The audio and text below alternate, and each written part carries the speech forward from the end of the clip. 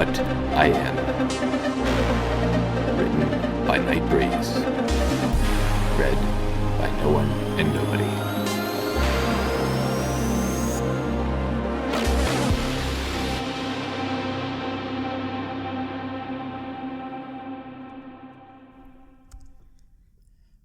Chapter 38. Captain Azalk peeked over the edge of the ruined wall, his keen, calculating eye surveying the battlefield. At this point, the enemy crane before him were pounding on a group of bipedal aliens that strongly resembled Alexander, if not nearly as grotesque. They did not wear energy-resistant armor, but, to the aliens' credit, they gave as good as they got, their weapons and agility more than making the difference between tech levels. Hazalk's crew had a perfect angle to ambush the traitors, but he couldn't help but feel a little anxious. He knew that his boys' weapons weren't going to be as effective as the aliens, namely because of the energy-resistant armor the traitors wore. But that advantage meant very little in the face of an ambush. No, the enemy wasn't what gave the captain pause. It was the allied troops that did that. It was the first time he and his boys had run into a non-civilian group of friendlies, and frankly, he was worried at the reception he would receive. Getting perforated by the surprisingly deadly projectiles is the most likely outcome, Hazalk thought mildly, as he watched more Kryn reinforce the enemy position. The Battle Watcher did not favor the timid, however, and without any further misgivings, he gave the signal to his boys. As one, the survivors of the Bastion popped out from cover and began attacking the enemy from the rear, concentrating their fire on key commanding officers, so as to maximize the damage they could deal to the enemy's chain of command. Normally, such key figures would be nearly impossible to single out, as they wore the exact same armor and colors as their subordinates. However, Hazalk had been a soldier for a very, very long time, and though he had abandoned the Emperor's cause over 12 years ago, picking out Kryn officers from a group was still practically second nature to the old war veteran. The traitors didn't even react for the first half second, as they most likely thought that one of their own had simply missed and hit a friendly by accident. This misunderstanding quickly changed, though, when the first Kryn officer fell, causing the other enemy Kryn to turn and return fire on Hazalk and his boys. A half second was all the captain needed to snuff out 4 of the enemy leaders, though, causing their bodies to explode as the energy-absorbing properties of their armor were overwhelmed, blanketing the whole area in a thick cover of steam. "Grenades, now!" Hazalk shouted as he quickly reloaded his own weapon. As ordered, the captain's troops quickly began throwing grenades, their targets not so much the Kryn that had turned to fire back, but rather the rubble of the fallen building they were using as cover. They couldn't even see their targets by this point, but Hazalk had faith in his troops. More importantly, he had faith in their implants. As expected, the enemy was too distracted to notice the explosives aimed at them, and they not only had to contend with the steam that surrounded them, but also the fire coming from 2 separate directions, as both Hazalk's crew and the bipeds quickly took advantage of the confusion that had been sown into their ranks. Because of this, none of them noticed the plasma grenades that had landed at the feet of the soldiers closest to the barricade. At least, they didn't notice up until those explosives went off. Instantly, the entire area was bathed in plasma, clearing away the thick fog that had settled over the area, the cover the troops had been using, as well as a few of the traitors as their armor overloaded. Without pause or remorse, Hazalk's people immediately opened fire again. But they needn't have bothered. In less time than it took the Kryn captain to blink twice, the entire enemy squad had been mowed down by the bipeds, leaving the captain and his people the only Kryn in the immediate area. "Down, now!" Hazalk shouted as he dove back to avoid the half-expected backlash from the allied troops. It was a good thing that he did too, because if he were even a nanosecond slower, he and his men would have found themselves a few heads less after their position was bombarded with enemy fire. "Well, that was productive. What's the plan now, Captain?" Commander Yivtil asked dryly. "I'm thinking," Captain Hazalk muttered as he glanced around for something, anything, that might help them in this situation.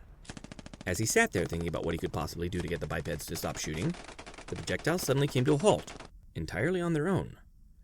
There was a shout in the biped's alien tongue, but whatever they said was something completely beyond Hazalk or any of his crew. "Do you think they're willing to listen now?" Sergeant Cassianon asked, his antenna drooping in a cautious manner. "I don't know, but I know there's only one way to find out," Hazalk muttered, before he turned to Yivtil. "If they shoot me down, take the west and retreat. Try to get out of the city. Find a forest and lay low until this either blows over or the planet gets glassed. Understand? Yevtil glanced once towards the alien entrenchment before she nodded silently. Okay. Here goes nothing, Hazalk said, before swallowing down his fear. He then stood up, his arms held high in the air, with his plasma rifle held above his head, in the traditional Kryn sign of surrender, praying to the Battle Watcher that the alien forces would properly interpret his actions. What followed was an incredibly tense few seconds, as the bipeds shouted out to him, their deadly weapons pointed straight at him in a manner that nearly caused the Kryn to soil himself. Captain Hazalk kept his cool, though, and, incredibly, the alien soldiers kept their trigger discipline. With almost exaggerated care, the captain waved a free hand to the rest of his surviving crew before he slowly climbed over the ruined wall and approached the alien defenses. He could feel the eyes and guns of the bipeds trained on him, but no one fired as he slowly, yet steadily, made his way to the alien's position. Once he was about 10 feet out, one of them, their commander, if Hazalk was any judge, shouted what sounded like an order as he gestured downwards with his weapon. What does it want? Yevtil muttered, not liking the almost angry look that was being directed towards her and the rest of the crew. Hazalk wasn't sure either, but he had a hunch. With extremely steady hands, the captain kneeled down and set his rifle on the ground. He then stood up again before giving the weapon a short kick, sending it skittering slightly towards the enemy defenses.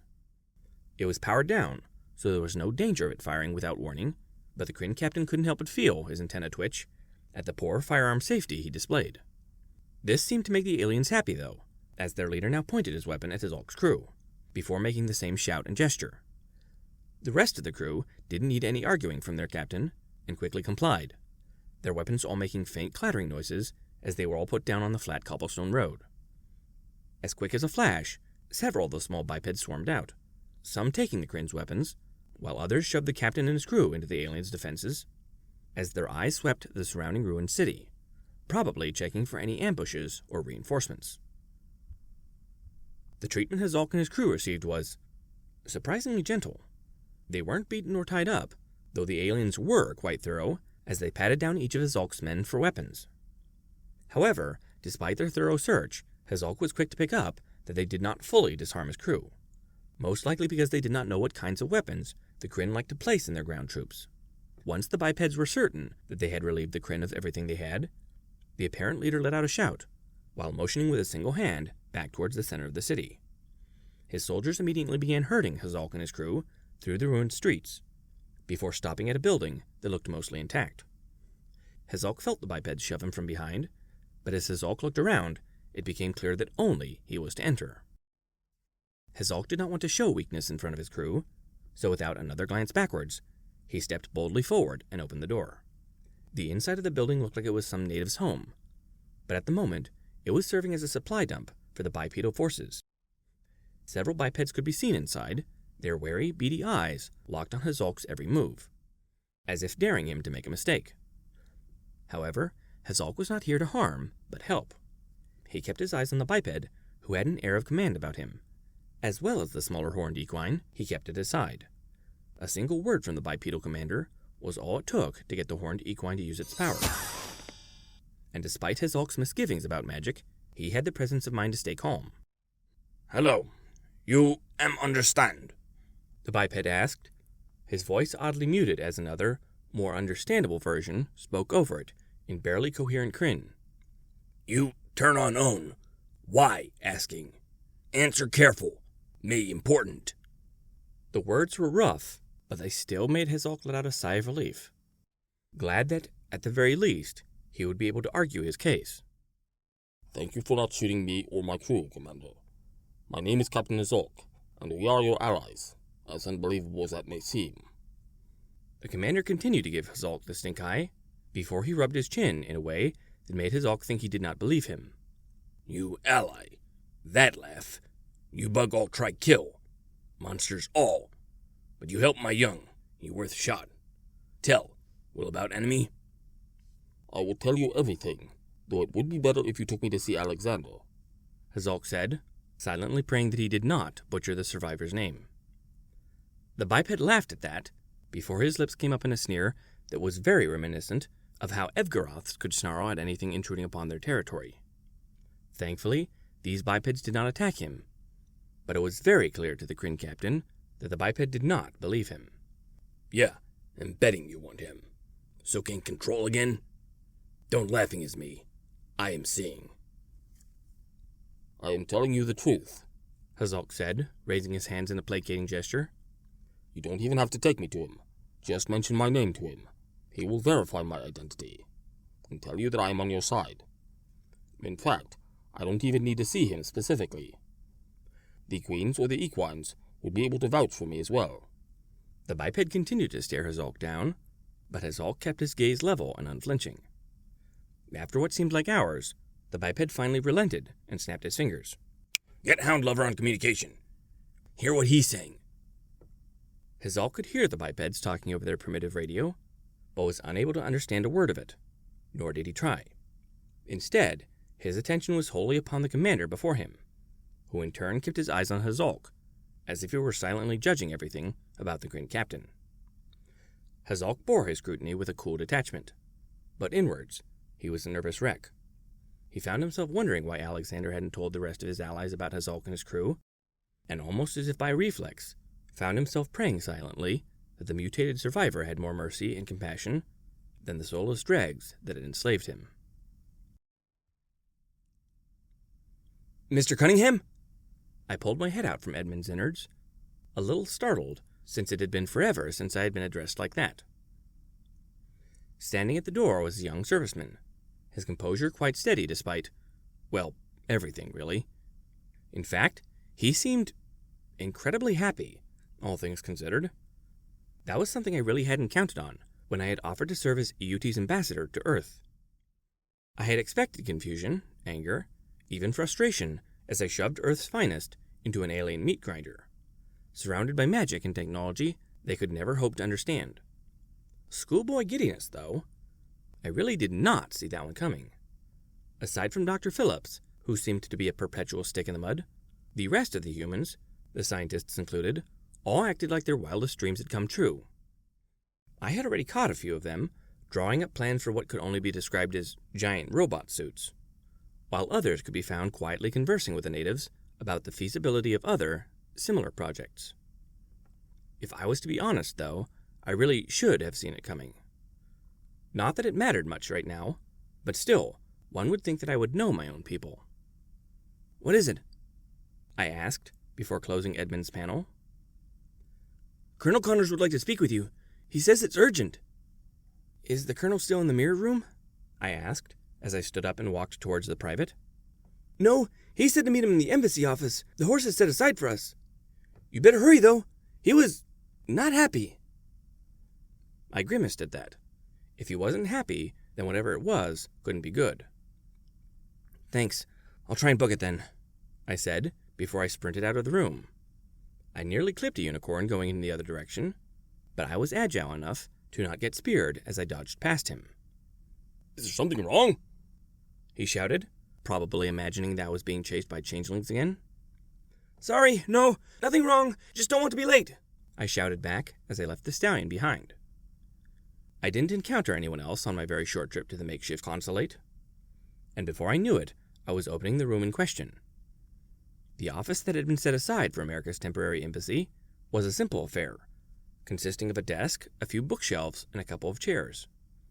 That wasn't to suggest that the ponies were snubbing us, but rather they really weren't prepared for humanity's introduction onto their political stage. At the moment, Connors was the room's only occupant, and it looked like he had been wearing a hole in the carpet as he waited for my arrival. He stopped the moment I entered the room, and the private wasn't kidding when he had said he had looked unhappy. "Colonel, what's—" Before I could fully form my question, he beat me to the punch. "When were you going to tell me that there were friendly bugs?" he asked, bringing me to a halt. However, instead of making me feel like I had had my hand caught in the cookie jar, I only felt relief. "You found Hazalk?" I asked, as I let out a sigh that I didn't know I had been holding. He and his kind might have set off every phobia in my head, but after hearing from Edmund about what happened to his ship, I couldn't help but feel guilty at his apparent passing. I honestly hadn't expected him to stay on our side, much less hold his ground against the Armada like he did. and hearing that he had done both made me feel like a real heel. So you have heard of this guy? Connors asked, clearly not as enthused as I was. When were you planning on telling us? Huh? Don't you think that information like that might be just a little important? That there might be friendlies out there? And just as suddenly, that relief was replaced by shame. He was right. I hadn't told him about Hazalk, or even the fact that our enemies weren't the entire Kryn race. Even after meeting up with Edmund, serving as his translator for the ponies, and getting the general rundown of the situation, I still hadn't bothered to fill in Connors or his men on it. In fact, now that I had a chance to look back at that little meeting, I recalled that I had thought about it, but quickly had discounted mentioning it, as I had thought that I had already told them about it. I'm sorry, Colonel. I don't know what happened. I guess I thought that Yavar might have already told you, and then I kind of forgot. Alex, this isn't like forgetting to bring chicken to a potluck. This is war, Connors said. His tone left no doubt about what he thought about my stupidity. If this was just a civil war between bugs, I need to know these things. What if we've been attacking the good guys this whole time? What's to say that these horses are really all you're making them out to be?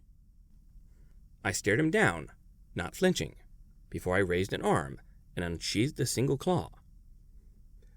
I looked at it for a few seconds, before promptly and pointedly resheathing it.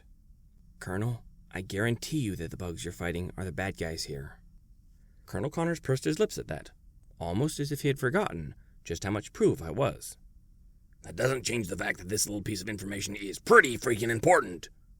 If this Hazalk is on our side, we could use his help. He'd have inside information on our enemy. And like I said, I'm sorry. I was sort of busy, what with being shot, then left in an interrogation room for 4 hours. I snapped back at him. I then took a deep breath as I tried to regain my composure. Look, I'm sorry, all right? I may be a war machine, but I'm honestly just a civilian way out of his depth. You're honestly lucky that I remembered as much as I did. Connors eyeballed me for a few more seconds before he looked away, as if to concede the point. Okay, I'll give you that. But from now on, if there's something that important, I expect you to tell me as soon as possible. Understood? You're our main interpreter and liaison, so it's important you convey as much information as possible, so we can avoid any possible friendly fire problems. Am I clear? Perfectly, sir, I said. I didn't salute, as I was not a soldier, but the way he talked made me stand up just a little bit straighter anyway. So, with that out of the way, tell me about these friendly bugs, he said as he leaned into the desk behind him, his demeanor a lot more relaxed. What are they like, and why aren't they on the other bug side? You remember Japan during the Second World War? I asked. When he nodded, I took another breath before I charged forward. Well, you can think of the Kryn as the Japanese after they lost that one. Though they took a slightly different route. How so? And who did they lose to? Connors asked, curiously. The snakes, of course, I said, causing Connors to nod in understanding. And this isn't info I got from the snakes. I got this from the Kryn. This is the loser side of the story, so you know it's going to be a bit less biased towards the winners. The colonel finished for me. Yeah, that. Basically, the Kryn were on a conquering spree. They declared war on several different alien species, declaring them less than animals, and marching through, conquering and slaughtering as they went. Connors looked disgusted at that, and I had to agree with his assessment. Yeah, they were flat out purging planets or anything not bug. They made Hitler look like a bully on the playground in comparison. However, their little genocide was stopped when they ran into the snakes' territory. They won a few battles, but after the snakes stopped fooling around and pulled out their big guns, they shoved the bugs right back into their own systems, even going so far as to push them back to their homeworld. And since they're the Japanese in this analogy, I assume they surrendered. Connors piped in. That's what we're fighting then? A defeated empire trying to regain its former glory? I shook my head. That's only partly right. The Kryn were on the verge of defeat, but instead of admitting it and surrendering, the Emperor ordered his fleet to retreat with him into deep space, abandoning the Kryn homeworld in the process. They're what we're fighting. That's... Connors said, though he stopped, his eyes on the carpet as he tried to process what he heard. Those... what? I believe the word you're looking for is cowards, though absolute scum wouldn't be too far off the mark either. I dryly quipped. Yeah, just hearing about that makes my blood boil, he muttered. So I take it that not everyone followed him then. You'd be right. Some stayed behind, Though from what I've been able to pick up, there was a bit of a fight before the cowards left. By the time the snakes reached the bugs' homeworld, they barely had enough ships to spit at them, much less defend the planet, so they did the only thing they could think of and surrendered. Then the snakes absorbed them into their empire, right? Connors asked, trying to fill in the gaps. Surprisingly, no. Instead, they installed a new government, put a few laws into place of their own design, and declared them a protectorate for about 5 years. That particular treaty ended about 5 years ago, give or take a few months. But I sort of glossed over most everything else once I read that. Connors gave me a questioning look, to which I shook my head. Not important. I was scoping out Hazalk's computer, looking for dirt. Honestly, I don't know too much that happened after that, as Hazalk's library didn't have too much on current events. Right now, the homeworld bugs don't really like the snakes too much, but they really hate the Emperor. They don't have too large of a fighting force right now, but what ships they do have standing orders to kill or capture any of the Emperor's bugs if they find them. What about Hazalk, then? Connors asked, before leaning forward slightly. What can you tell me about him? He's an old war hero from when the Kryn were out conquering, I said, making sure to physically do finger quotes for the words war hero. What, did he turn traitor? Yeah, he personally led the Kryn to multiple victories during the early stages of the war, but something stopped him. Made him turn and switch sides partway through the war. It was sometime before the snakes got involved, I might add. And what was it that changed his mind, then? Connors asked, not caring for how I was dancing around the subject. It was a planet called Tana. I apologize, General, but what? Hazalk asked, not quite sure he had heard General Xeraz properly. As you have shown exemplary bravery and skill in leading your crew in subjugating the Kralfar savages, it has been decided that you should have the honor of firing the first volley, to purge the planet of its infestation. Hazalk just sat there, unmoving and unblinking, as he tried to process what he had heard. I'm sorry, sir, but I was under the impression that we were to subjugate them, to add their planet to our glorious empire. How can we do that if there is no one to absorb into the fold? Captain, you were ordered to annex the planet. The savages below are hardly worthy of becoming subjects to our emperor. General Xeraz stated flatly. The sooner we purge them, the sooner our colony ships can move to take advantage of Thana's abundant resources. Sir, Hazalk stammered, his eyes wandering about the room, unsure of how he ended up in this horrible situation. As luck would have it, his eyes chanced upon his ship's current tactical analysis, and instantly he felt his heart leap with hope. As much as I would love to, sir, I'm afraid we expended all of our useful munitions during the fight. All we have left are the plasma cannons. General Xeraz let out a short chuckle, before shaking his head ever so slightly. Captain, we are all out of munitions. We won't be purging the planet now. However, we have already sent out a missive to the rest of the fleet. We are to hold position until they send a resupply freighter. But do not worry, once we have rearmed ourselves, your name will go down in the annals as the one to bring the Emperor's mercy to the blighted planet below. Hazalk had never felt so cornered, but fortunately, he had at least a few days to think about the burden that had been placed upon him. He touched his antennae together in respect, before bringing the two of his 4 arms together in front of him in a salute. Thank you, sir. I take this honor gladly. The general nodded once, but stopped when someone leaned in and whispered something to him. Xeraz's eyes widened in surprise, before he nodded once to the attendant. It seems that your bravery has got more than just my eye today. I will be sending Agent Cavorlo over to your ship. He has a proposal for you and your crew, one that he wishes to convey to you personally. From what I know of it, I am sure you will find it to your liking. Hazalk lowered his head slightly, partially in respect, and partially to keep Xeraz from seeing the fear in his eyes. The Emperor's ghosts were shrouded in mystery and blood, and knowing that he had attracted one's attention did not sit well with the captain. I await his arrival then, sir. Very well, then. Be sure to give your crew double rations today. You all did well, General Xeraz said, before the screen went black. Hazalk collapsed back into a seat, his eyes lost in space, as he tried to comprehend what had just happened. He closed his eyes for a second, feeling overwhelmed after the battle and the brutal task that had been thrust upon him. Hazalk sat up a little, his eyes wandering, until they inevitably fell upon the framed picture on his desk. It was his promotion ceremony, when he had finally made captain. It had been the greatest moment in his life, and he seemed to remember that, the night before, he had stood in a mirror, repeating the title and his name to himself. Captain Hazalk. The title had meant so much to him then. He had been so proud, so sure, so happy. But now he was far older, a veteran of multiple battles, and that title held less importance now. He had set his eyes on the rank of general, but as he sat there, patiently waiting for the moment where he would start sweeping an alien planet free of life, he found the flames of his ambition quenched. Captain Hazalk, he whispered, as if trying to grasp at his youthful innocence. Instead of filling him with hope, however, all he felt was disgust, as the words turned to ash in his mouth. Captain Hazalk, Hero Thana. Captain Hazalk, Butcher Thana. Captain Hazalk. Captain. Captain Hazalk, wake up! Commander Yvtil said, shaking her captain gently.